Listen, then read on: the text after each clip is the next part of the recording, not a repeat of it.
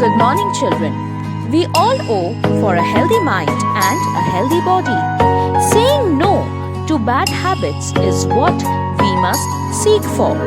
Do you know that laziness is the mother of all bad habits?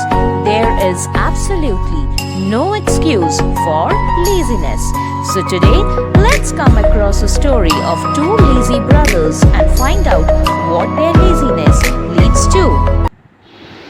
एक राज्य में रमेश और सुरेश नाम के दो भाई रहते थे। वे दोनों बचपन से ही कामचोर थे। उनकी कामचोरी के कारण उनका आलस था। कोई अगर उन्हें काम करने को कहते थे तो वो आलस के कारण सो जाते थे।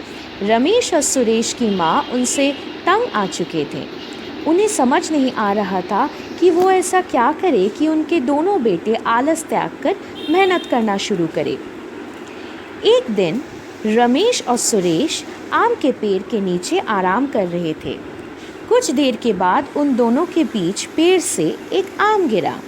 क्योंकि इन दोनों को बहुत नींद आ रही थी, दोनों में से एक ने भी आम उठाने के लिए प्रयास नहीं किया।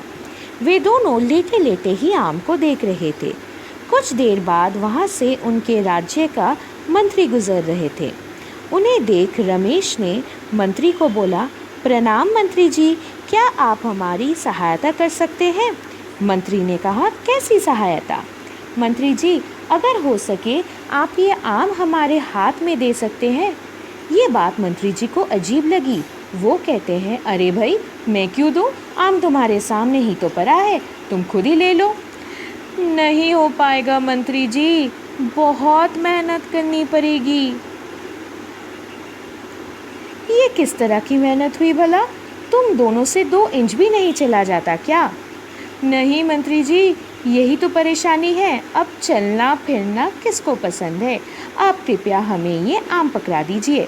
रमेश और सुरेश की ये आलस प्रिय स्वभाव को देखकर मंत्री जी को बहुत गुस्सा आया। वो उन दोनों को आम दिए बगैर ही वहाँ से चले गए। रमेश और सुरेश आलस दिखाकर वैसे ही पड़े रहे। मंत्री रमेश और सुरेश के घर गया और उनके माँ से मिला। माँ ने कहा, मैं बहुत ही परेशान हूँ मंत्री जी, मुझे समझ नहीं आता कि इन दोनों को मैं कैसे सुधारूँ। ये मेहनत करने से ऐसे ही कतराते रहेंगे तो पता नहीं इनके जीवन में आगे जाके क्या होगा। आप चिंता ना करें, अगर मुझे इन दोनों के बारे में पहले जानकारी होती तो अब तक तो मैं कुछ ना कुछ हल ज़रूर निकाल लेता। अब कल अपने दोनों बेटों को राजमहल भेज दीजिएगा। रमेश सुरेश की माँ इन दोनों को अगले दिन राजमहल जाने के लिए कहती है। वे दोनों अगले दिन सुबह ही राजमहल पहुँचते हैं और भरी सभा में सबके सामने पेश होते हैं। राजा रमेश और सुरेश को कहता है, तुम दोनों के लिए मेरे पास एक खास कार्य है। क्या महाराज? कल से तुम राजमहल की एक क्षेत्र की रखवाली करोगे। क्योंकि तुम दोनों को ज़्यादा मेहनत करने वाला काम पसंद नहीं, तो तुम ये काम अच्छे से कर पाओगे। ठीक है महाराज, जैसी आपकी आज्ञा हो, लेकिन याद रहे, जहाँ तुम रखवाली करोगे वहाँ बहुत कीमती सामान पड़ा है, वो भी ऊंच नीच हो गई नहीं होनी चाहिए। ठीक है मंत्री जी। रमेश और सुरेश पहरेदार बनके रखवाली करने बैठ गए, पर अपने स्वभाव के अनुरूप बैठे बैठे ही सो जाते हैं। उनकी लापरवाही के चलते महल में चोरी हो जाती है। अगले दिन सुबह जब वो उठते हैं तो मंत्री को अपने सामने खड़ा पाते हैं। मंत्री गुस्से से बोलता है, आलसियों, एक छोटा सा काम दिया था तुम्हें, वो भी ठीक से नहीं कर पाए। अब तुम दोनों मेरे साथ चलो, तुम्हें अपनी गलती के लिए दंडित किया जाएगा।